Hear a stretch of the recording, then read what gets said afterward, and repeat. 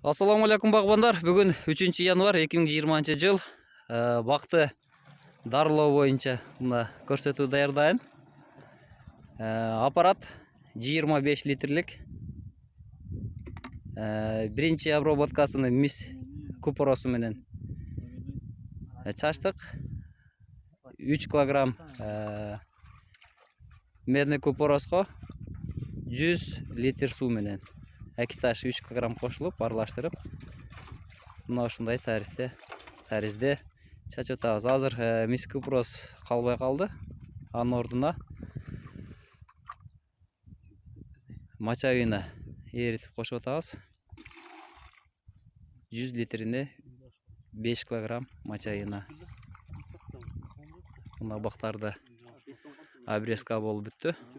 Эми кышкы же эрте жаздагы дарылоо иштерини профилактикасын жүргүзүп атабыз.